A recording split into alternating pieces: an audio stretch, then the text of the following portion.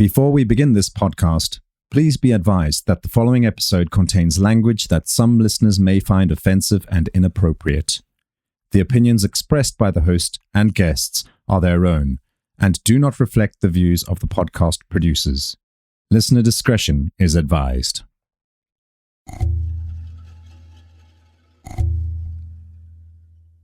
I actually found one of my soulmates doing time at the prison. Hey, listen, I got you on three-way right now. Hold on, I got you on three-way okay? My husband was trying to fuck this bitch while I was gone because I let her move into my house. You know, bitch got her. She's another CO. Yeah. I got to watch the video and he was like creep along the wall and like army crawl under the fucking bed into the blind spot, which was a staff bathroom that nobody fucking used. So what y'all doing there? Y'all just talked about like football or something?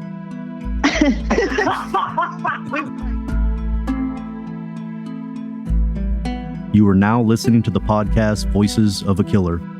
I'm bringing you the stories from the perspective of the people that have taken the life of another human and their current situation thereafter in prison.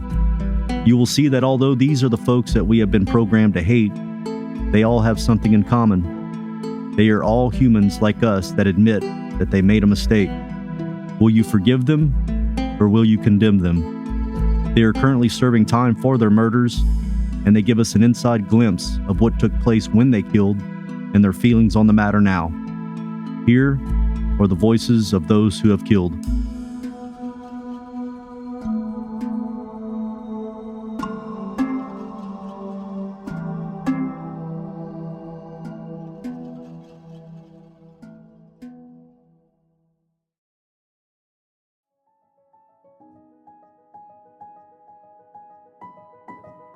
Welcome back to part 2 of Voices of a Killer featuring Kevin. If you haven't listened to the first episode, I suggest you go back and listen to that one to get a brief overview of our story. As you may recall from our last episode, Kevin told us about the murder of his neighbor while he was under the influence of heroin and his initiation into prison life. In this episode, we'll be diving deeper into Kevin's life in prison and his unique relationship with the corrections officer. It's a story that sheds light on the complex and often overlooked realities of life behind bars, and one that you won't want to miss. Be warned, the following content may be unsettling and is not suitable for all audiences. So, join us as we delve into the voices of a killer. I know that there's a lot of drugs that get into prisons, and absolutely. Sure. So one of the ways that I know that they get in there is through corrections officers. You've probably seen a lot of, spending so much time in there, you've probably seen a lot of crooked corrections officers. Would that be accurate? Absolutely. I'd say out of a whole team of staff, out of 100% of staff, you got at least 60% of it's bad. And also, you have firsthand experience with this, is staff and inmate relationships. I actually know of that happens quite a bit. And you actually got into a relationship with a female corrections officer. Is that right? Absolutely. Yes, I have. Her name is Selena Black. She was a corrections officer at the treatment in Farmington at FCC for a couple years. And this was around 2019 and 20 when I was there. Yeah, absolutely. I've seen it numerous times. I've had it happen a few times with myself. Unfortunately, I had too much time to do at the beginning of my prison bit. So there towards the end, I got her and took off with her out the gate, man. We're still together to this day. I've been through thick and thin, and she's, I actually found one of my soulmates doing time at the prison through staff. Absolutely. Now, you may be thinking to yourself, prison is not the most ideal place to find love. However, despite these circumstances, Kevin found a deep connection with Selena. As Kevin tells it, they are soulmates, and their love has only grown stronger over the years.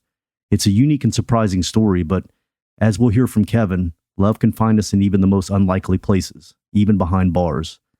However, it's important to note that romantic relationships between inmates and corrections officers are illegal and a serious violation of professional ethics. Corrections officers are in a position of power over inmates and can face severe consequences for engaging in such relationships. Nevertheless, I wanted to know more about their relationship. Did you ever get a chance to have sex with her while you was locked up? Okay, that I can't disclose that at the time. But here here soon I would be able to, but as of now, I can't disclose that information.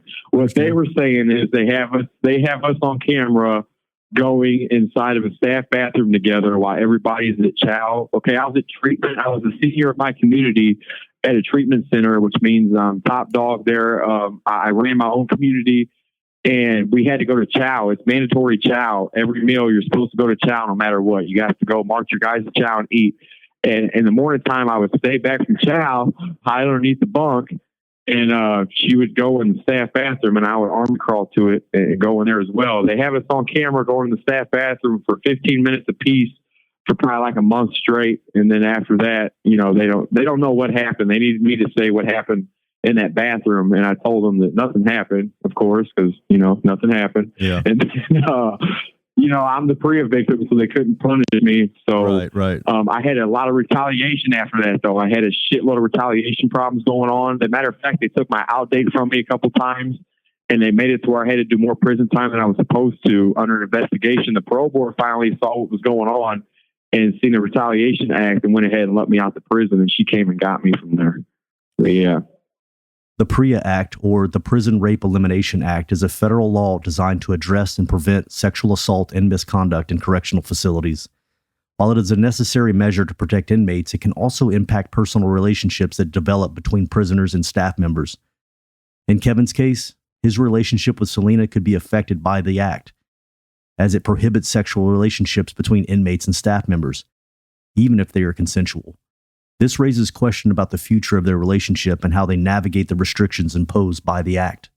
So with PREA in place, you can actually make yourself the victim even if you consent to it because she's got the authority over you. Is that correct? Yeah, absolutely. It's the most serious thing you got in prison. And being incarcerated now is probably the most serious act they got. So this PREA shit came out in around 2012, man. It's new to the game. It changed the whole game up for inmates and everything going on. Because before the PREA Act, everybody was having a good old time in prison, man. It wasn't shit to be, you know, doing your thing with a nurse or whatever. You know, they're humans too. There's a lot going on, especially back in the 90s and 80s and shit, man. Shit was cracking. But I tell you what, now that PREA came out, it made it to where, okay, we're a ward of the state. We can't give consent to our body.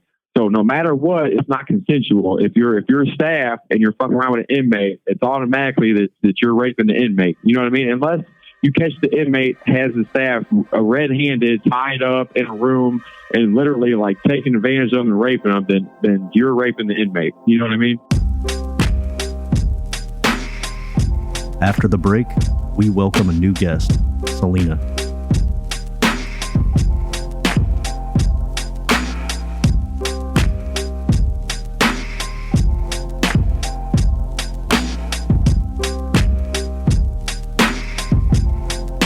Hey, listen, I got you on three-way right now. Hold on, I got you on three-way with, okay.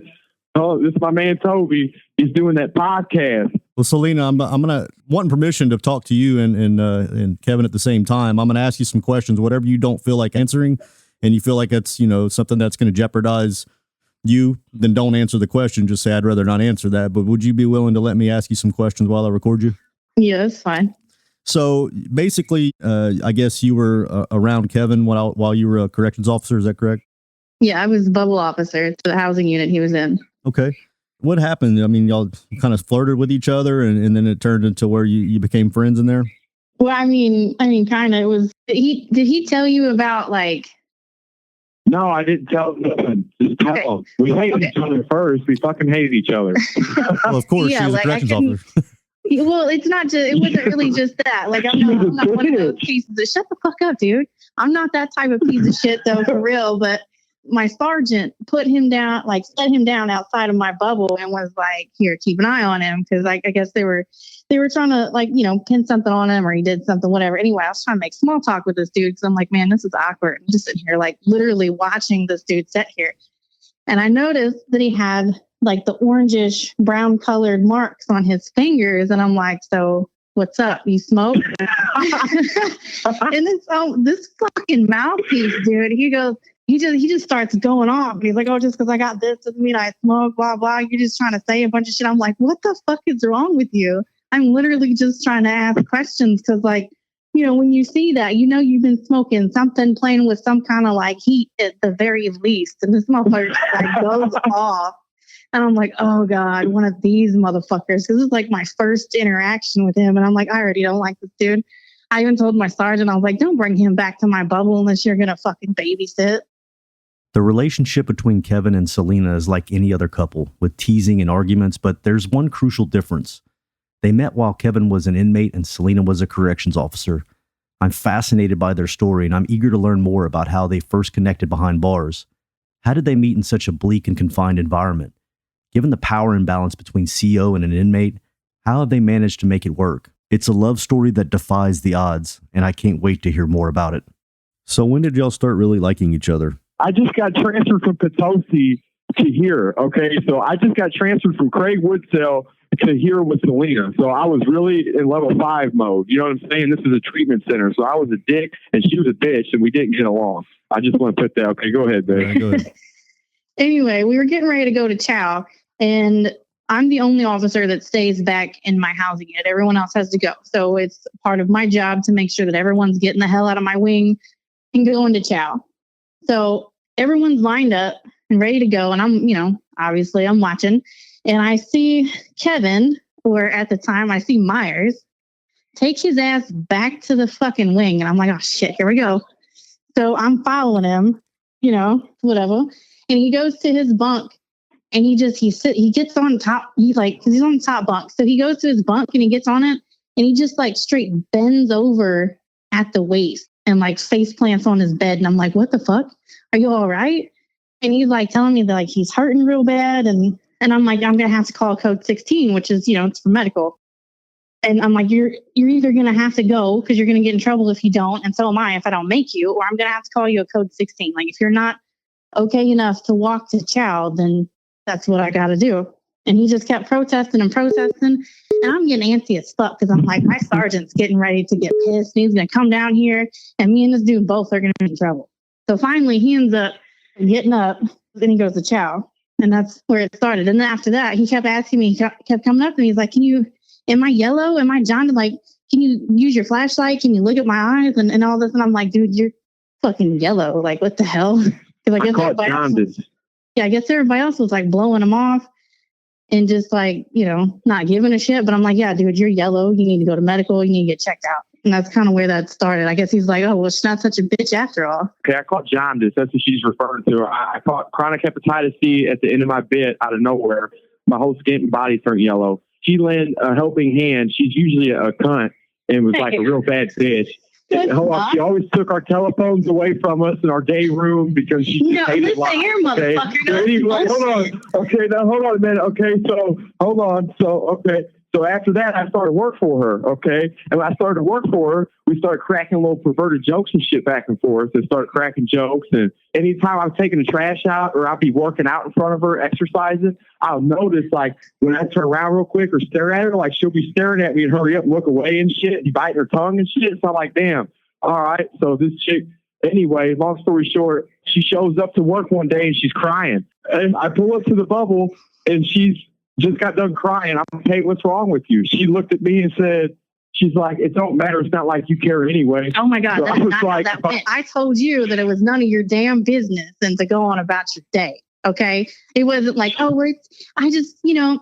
don't think you care anyway. Bullshit, dude. Fuck off. So she showed up to work upset and I asked her why. She wouldn't tell me. Eventually, I got her fucking fat ass out that bubble to take the trash out with me because she never left the bubble. So I got her out the bubble to take the trash out with me, and I got her talking about her feelings, what was going on at life. So what made things develop inside? I mean, was it because he asked about your feelings and he showed her that he cared? It wasn't really that. It was the buildup. It was like, because we saw each other and interacted because he was in my wing.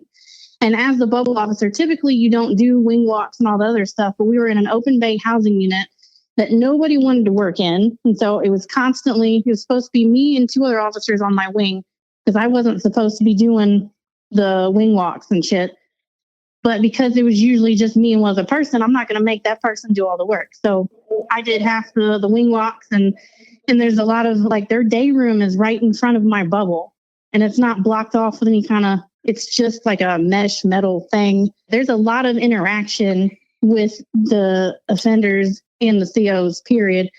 But more so with me, especially because like I did what all the other officers were doing. Plus, if you want something, you come to the bubble officer. You want your day room to be unlocked so you can use the phones, you come to the bubble officer. You want your side rooms unlocked, you come to the bubble officer. You know what I mean? As we delve deeper into Selena and Kevin's relationship, it becomes clear that their love story is anything but ordinary. Selena was still married when she first met Kevin, but she was going through a rough patch in her relationship with her husband. And while getting out of jail is often seen as a happy ending, for Kevin, it was a daunting prospect. He often found that he was misjudged and treated unfairly because of his status. It felt like everyone was trying to put him back in prison, and they had to be careful about who they associated with and where they went. Despite these challenges, Kevin and Selena's bond grew stronger each day they spent together, navigating the complexities of their unconventional relationship like any other couple would. So you were married whenever you got feelings for Kevin? Yeah. Okay. She was having a rough time in life. Her husband was being a piece of shit, and he was trying to cheat on her. My fellow CO who I had bid into my housing unit, my best fucking friend who has herpes. Okay. My husband was trying to fuck this bitch while I was gone because I let her move into my house. You know, bitch got her. She's another CO. Yeah. So are you still legally married? CO mentality on that. No, actually, recently, which I mean, I've been trying to get divorced since like early 2000, and I didn't meet Kevin until 2021. Okay, so I've been trying to get divorced for a minute. Anyway, but I finally, thanks to CaseNet, because my lawyer is kind of slacking. Anyway, I found out that the certificate of dissolution of marriage has been mailed to Jeff City as of a couple weeks ago. So yeah, it's official. Nice. Are you guys going to get married when it gets out? No, I can get married. Absolutely. That's what he wants to do. Now, I don't know. Let me ask you. I don't know if I trust his word on that one. Really? So, well, let me ask you a question. How do you feel about somebody that's, spent so much time in prison? They're just used to, they're kind of a target on the outside, one little thing like being in a car with a gun or, they're just, Oh, she's seen it firsthand. She's seen it firsthand. She just got full-hand experience and all that. And I told her the same shit when I got out, and everybody takes it lightly until we're in the middle of all of it. Now their inputs on her like, holy shit, the dude ain't fucking playing. These people hate him. Absolutely. Well, some of it is also the mindset as well that I've noticed. I tried to point out, but he's not trying to hear none of it. Is if you have that mindset that, oh, well, they're going to target me, they're going to do this, then your actions are very much screaming something's up to other people around you. I went to go get a doctor when I was out there, and all the doctor wanted to hear. This lady was just trying to lock me up in the psych ward. She's like, how long did you just do in prison? I was, I just did over 10 years flat in prison. And she's like, okay, and are you sure you don't want to hurt yourself? I'm like, no, I don't want to hurt myself. I don't want to hurt no one else. I'm trying to change my life. And she's like, well, okay, that's fine. Are you sure you really just don't want to hurt yourself just a little bit? Like, wait, not only that, like she kept asking a million times, are you sure you don't want to hurt somebody else? Kept asking about tattoos, kept asking about like ex-heroin use and everything. Cause he's the one that brought it up. And he's like, I want to tell you right out the gate, I can't be put on opiates. Can you please put that in my chart so that everyone knows I do not want to take opiates because I'm an ex-heroin addict? And she just like kind of loses her fucking mind in this whole like, oh, well, are you going to hurt somebody else? You're going to hurt yourself? Are you going to get back on drugs? You're going back to prison? Just all this crazy shit. But that wasn't the only trouble that the couple faced. Selena's relationship with Kevin now means that she's facing legal repercussions for her actions. The law in Missouri prohibits sexual conduct between a corrections officer and an inmate. This is considered sexual conduct in the course of public duty and is a Class E felony, and consent is not a defense in these cases.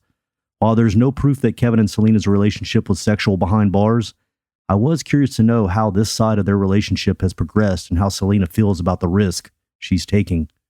So you're actually trying to get prosecuted over this right now, right? Yeah, they're trying to say that I had sex with him, which I did not. Okay. But you did have sex with him after he got out, right? Yeah, after he got out. But they're trying to say that like that shit happened while he was under my care kind of thing. So that's got to be some pretty bomb ass sex to have sex with an inmate after it's been built up for so long and he gets out, right? Actually, it was pretty fun. So yeah. Yeah, I mean, like everybody after 12 years, I tell you what. Yeah, after some exciting buildup, a guy's locked up for 12 years. He's, and then I can imagine that's some pretty good shit. Yeah, Good enough. We paid like $600 for 2 nights in a fucking hotel room, and we didn't leave until it was time to go. Hollywood Casino and Hotel. Yeah, it was all my money I made off the prison yard when I came home.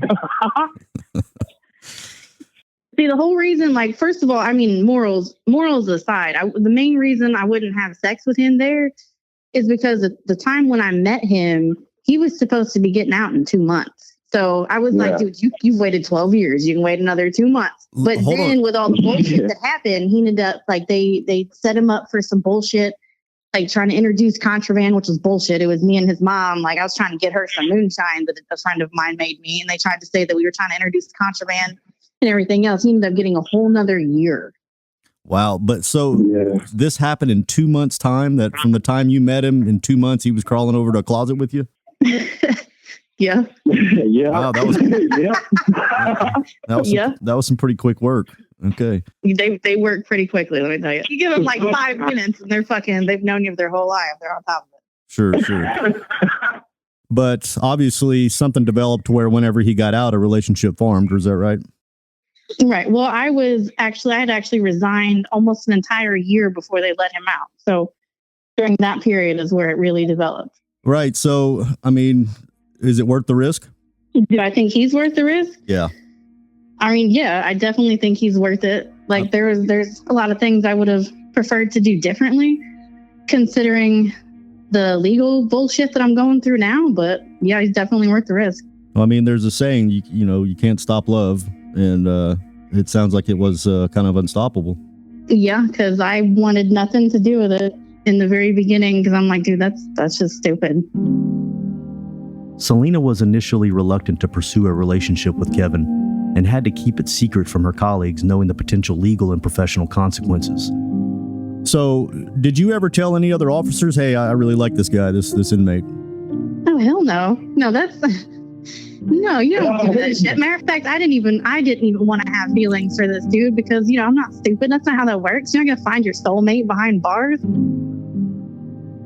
That and more after the break.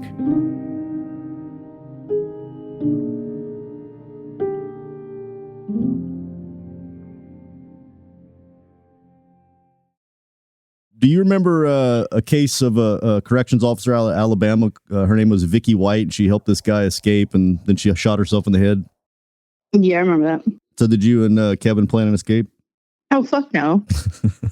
Oh, hell no. No, they tried hitting me with an escape, yo. That's what they tried doing, Toby. They tried telling me that I was trying to escape, and they were going to hit. They said if I didn't tell them what happened in that bathroom, that they were going to hit me with an escape. And I'm gonna get 5 extra years and a bunch of crazy shit. And yeah, man, the major was supposed to talk crazy to me. I wouldn't tell him what happened in the bathroom. So he tried threatening me, and then he tried telling me that he's like, well, this is what we need you to say. We need you to say that some sexual stuff happened in that bathroom. And if you don't say that, I'm gonna hit you with a fucking escape. I'm gonna take your treatment and fucking set you back on prison time. The relationship between Kevin and Selena reminded me of the case of Vicky White in several ways. Alabama Corrections Officer Vicky White was believed to be in a relationship with murder suspect Casey White. She was accused of freeing him in late April of 2022 from the Alabama jail where she worked under the pretense of taking him to a courthouse. After the car they were driving crashed during a police chase, White shot herself. Casey White was taken into custody and returned to Alabama to face charges. Authorities believed the two had fostered a romantic relationship, which had led to the alleged jailbreak.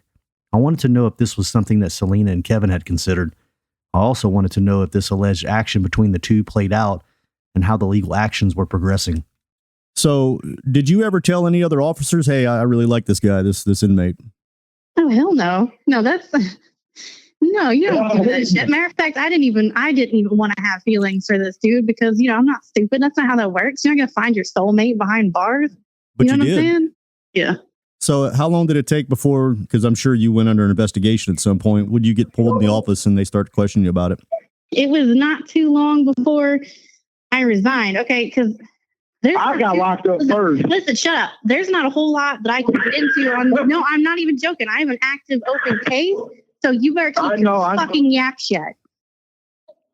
I am. Chill out. So as a corrections officer, I want to know what it was like being pulled in the office. They pulled you in there to do the investigation. Were they like, we know you've been doing this, or they just asking you questions? Oh, dude, there's some dirty motherfuckers, dude. Like, they pulled me in there and they were like, dude, where's your, like, we know you did this. Where's your dignity? Where's your pride? Like, all that. I'm like, who the fuck? Who the fuck do you think you're talking to? I was like, are you serious? Like, I did not fuck nobody. Just because I was in there with the dude doesn't mean I fucked him. And they're like, oh, we already know, and all this other bullshit. And I'm like, yeah, okay, well, you steady keep knowing some bullshit then, because I didn't do nothing. Sure. So from my understanding is Kevin would wait back and not go to chow, and then he would crawl over to a closet and y'all would go inside of a closet together. I got to watch the video, and he would like creep along the wall and like army crawl under the fucking bed into the blind spot, which was a staff bathroom that nobody fucking used. So what y'all doing there? Y'all just talked about like football or something? we talked and stuff. We cleaned the ceiling tiles. Remember the concrete ceiling tiles that they don't have in there? So they have a burden of proof to prove that you've done something sexually in this room, but nobody on this fucking earth would believe that nothing happened in that room. I mean, you know what I mean? Understandable. Yeah. But see, nothing really did happen and he was trying. Don't get me wrong. He was trying. Like, I'm talking full on. Like, he fucking, before I even knew what happened, he unclipped my duty belt, and I'm like, fuck no, not that shit off. Like, he was trying. He was trying hard. Like, every time we would go somewhere and we'd be by ourselves, he'd be all like gripping on my ass and shit. And I'm like, dude, back the fuck up. I ain't had no pussy in 12 years. You got me fucked up. You put me in a bathroom, I'm finding a way to get the belt. I'll show you how to take your belt off. I don't even know how to work a utility belt. I did that day, though. Well, it was literally just like where you just squeeze it on the top and the bottom. I mean, it wasn't nothing big, but at the same time, I'm like, what the fuck, dude? Because I didn't even realize what was happening, and then my shit's trying to fall off. And I'm like, fuck no. What the fuck do you think this is? I'm not fucking in no nasty ass fucking prison bathroom. So do you have a court date now? Yeah. And a trial? My next one is on the 17th of this month. I've been going to trial. They've been continuing it. They don't have anything on me because we're going to throw it out. I'm the victim. They're going to throw it out. They needed me to talk. They needed me to tell them that something happened in the bathroom, and I wouldn't tell them that. So just because of all that, like, I lost the out date for it and all types of shit. I went home on hunger strike, all types of crazy shit, dude. They're trying to get to me because I went through so long. Did the prosecutors offer you a plea deal? They tried to offer me a plea deal for 3-year probation with a 3-year backup, but I'm not going to plead guilty to something I didn't do. Okay, so now what is your max sentence you could get for this if they're found guilty? I think 3 years. In prison? I think so, yeah. Wow. That's crazy. Are you scared? To be honest, no, because like they literally don't have anything on me because I didn't fucking do it. So I got to tell you something. Every single person that's been locked up in prison, almost every single person thinks that same thing when they're pleading not guilty. They don't have nothing on me. No, but that's the problem. Like they can't have anything on me if I didn't fucking do it. That's kind of the problem. I get where you're going with all that. I mean, you know the. Hey, Selena, you sound like a straight shit. Hey, hold on, Selena, you just went to straight offender detainee mode. You talking about? I'm innocent. I swear. I didn't do a damn thing. I got framed. I swear to God, they don't have nothing on me. They don't have nothing on me. Yeah, they work fast. They don't have nothing. You got like fucked up, boy. You fucking chicken head. I was listening to Selena and Kevin talk, and I couldn't help but think of how their relationship sounded like something out of a TV drama, and how these programs that are set in prisons often shape people's perception of what it's really like to be behind bars. Shows like Orange is the New Black often portray the dark side of prison life, with crooked corrections officers, gang violence, and corruption. But I wondered, how much of this is true? Does prison really have the desired effect of rehabilitating inmates? That's when I realized I needed a unique perspective, and who better to ask than a corrections officer like Selena, who has seen it all firsthand. What I want to know from you, Selena, is give me a view of prison from a corrections officer's perspective. Well, the first thing that comes to mind is dirty. Like, I know they get used to it after a while, but you go in there and the first thing that you notice besides looks, besides anything, before you even fully get in, you could be outside when it hits you. It's the fucking smell. It smells so rank, so fucking like it's like feet and BO and like fucking nut juice and just like everything action fucking face. And like it's on your uniform. Like before you leave, it's like on your uniform. It's embedded. Like I would wash my uniforms by themselves because otherwise I mean, it might just been my shit going crazy, but I felt like that smell would get into my clothes and everything else. And it just, ugh. And then where we were at, it was an old, I mean, they had actual like regular prison built housing units, but it was the old mental ward. The old number 4 in Farmington. They used to execute dudes. They had a lot of killings and shit. Yeah. They did lobotomies in our housing unit. They did the lobotomies in the basement back in the day. Yeah. Did he have a camera in a cell? You could watch him like jack off and shit? Well, I mean, it was an open bay housing unit and there was cameras everywhere except for the one fucking blind spot of the cameras. And so, yeah, you could literally be sitting there, just looking over at the cameras from the bubble and like see them fucking doing shit. Or whenever you do your walks, like they'll hang their clothes on the bunk. And if their bunk's completely closed in, you know what's up. Or there's a few times where you'll have it dude like standing on the bottom bunk, pretending to fuck with shit on his bunk, which is the top, and there's clothes covered on either side. He's getting head. That's funny shit. So you're hella funny. So Selena, what is like everybody has these views of prison because of TV. What is something that just does not match up with TV? There's so many. Like literally the fucking cleanliness, the so-called order, the COs, like none of that shit. Like they pick the nicest, cleanest, most pristine fucking prison to go into. And it's so unrealistic because they give you all the best behaved offenders and everything. Like somebody's always popping off. Somebody's always got something to say. They're always doing something. They're always sliding in the bathroom, taking care of business. It's like, you don't see that shit on TV. You don't see the bribes that the officers actually offer just to get shit to shut the fuck up. Like, okay, listen, I'll give you an extra few minutes here. If you do this, that type of shit, you don't get to see that because all the ones that they show on TV are just already doing what they're supposed to anyway. What crooked shit have you seen officers do to like inmates? Because I mean, I know that they treat them like shit and they have the upper hand. So like, obviously, did they have anybody get beat up because an officer had them beat up? I've seen officers fucking like leave like chew and stuff for offenders to take care of shit. Yeah. You know what I mean? Like certain officers like used to, here's chew, here's this, or they would bring them food and like give them shit out of their lunchbox, stuff like that. Some of the dirtiest shit I've seen is there's some officers that are like, oh, I know this motherfucker's doing something, or nobody likes this guy, whatever, and we want to get him off the wing. Like we're tired of dealing with him, but we can't get him doing nothing, so we're gonna put something on him.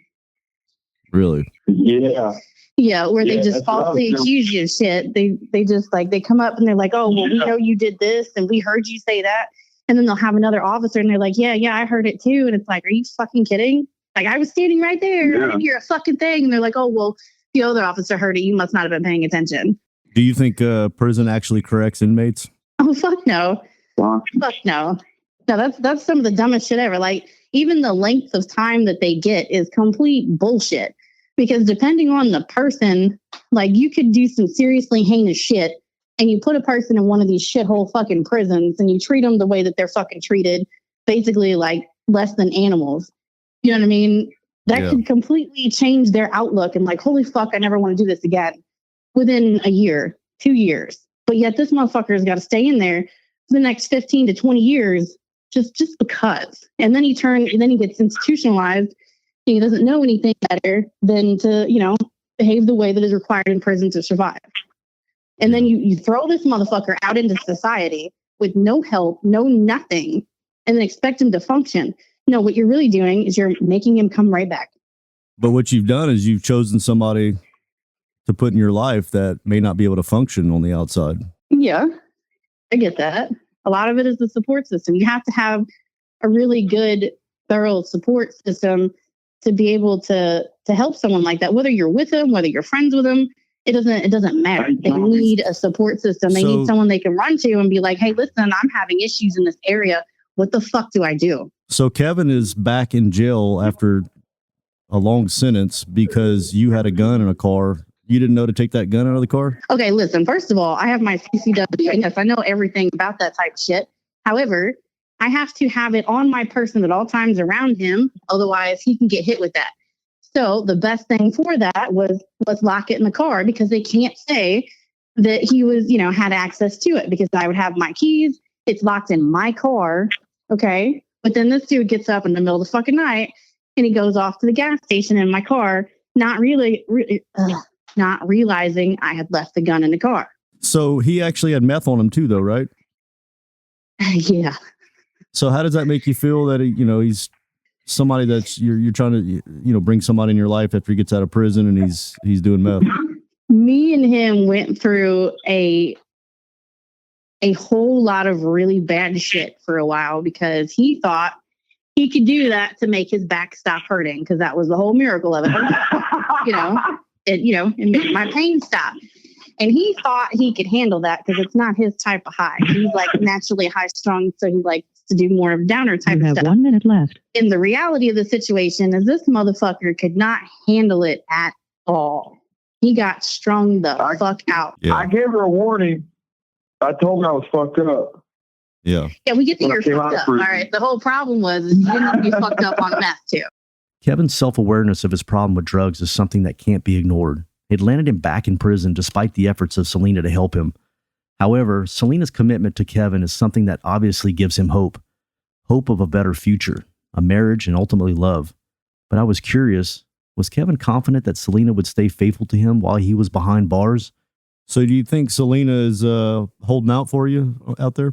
What do you mean? I mean, you think she's got something off to the side while she's waiting for you? Selena, okay, so I'm weird about my relationships, Toby, man. See, I'm the type, I can do open relationships to an extent. You know what I'm saying? Sure. I've been in jail my whole life, man, so I know how it goes, and I'm not stupid. So when it comes to Selena, okay, since I actually did fall in love with Selena, I usually don't fall in love with females like that. I actually love her, but I tell you what, it's how it usually goes. When I'm locked up, I tell her, do whatever you want to do. Just always answer the phone, take care of me, and just don't do nothing stupid. You know what I mean? Like, there's certain things she knows what to do and not to do. But no, to be honest with you, man, when I'm out in the world, I'm the type of guy. Every now and then we'll go pick a stranger up and go to a motel room, and we'll all have some wild fun. You know what I mean? Sure. So how much time are you going to get for this? Probably not going to get any time. I'll probably get right out. Oh, you think? Okay. I thought a felon with a gun is like 3 years mandatory. Yeah, no. I'm not over here in Illinois. See, they're going to drop the gun charges because it's a licensed firearm, and she already came about and came forward and told them what happened. So my firearm charges are getting dropped. The only thing I'm getting charged with is possession of methamphetamine under 5 grams. Did the prosecutor say that you weren't going to get charged with a gun? Yeah, they came to talk to me once already, and they're going to drop my Class 6 and all that stuff. I'm just waiting on them to do it. Yeah. Despite the bleak setting he finds himself in, stuck behind bars with the justice system poised to strike again, Kevin has bucket loads of optimism. It sometimes makes you forget that he has taken the life of another. And perhaps that is the point of this episode. In another lifetime, Kevin and Selena might not have ever met if it weren't for the situation they were both in. Situations by most people's standards that are undesirable. But who are we to judge? Is it for you to decide? Will you forgive? Or you condemn this voice of a killer?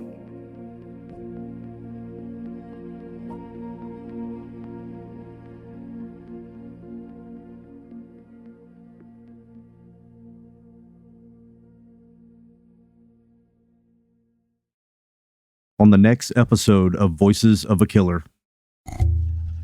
What she did was terrible. The 40-year-old man she hit, Matthew Baker, did not survive. Saturday, prosecutors charged the woman, Catherine Marsh, with second-degree murder. It was a sad day to begin with. How'd that make you feel? I'm going to live with it for the rest of my life. So whether it was 10 years, 20 years, however long it was, unfortunately, I don't think any time's going to be enough. It's not going to bring him back. So the first time that you struck him, were you going forwards or backwards? I don't know why someone would do that. It still confuses me. It was just very intense, very crazy. I'm just shocked that it happened. What were you telling him? How much I love them and to hang on. That's a wrap on this episode of Voices of a Killer. I want to thank our guests Kevin and Selena for sharing their story with us today. Their ability to speak their truth and to be open and honest is what makes this podcast so special. A big shout out to Sonic Futures, who handled the production, audio editing, music licensing, and promotion of this podcast. If you want to hear more episodes like this one, make sure to visit our website at voicesofakiller.com. There you can find previous episodes, transcripts, and additional information about the podcast. Lastly, if you enjoyed this episode, please consider leaving us a review on Spotify, Apple Podcasts, or wherever you get your podcasts. Your feedback helps us improve and reach new listeners. Thank you for your support, and we can't wait to share more stories with you in the future. Thank you for tuning in. I'm your host, Toby, and we'll see you next time on Voices of a Killer.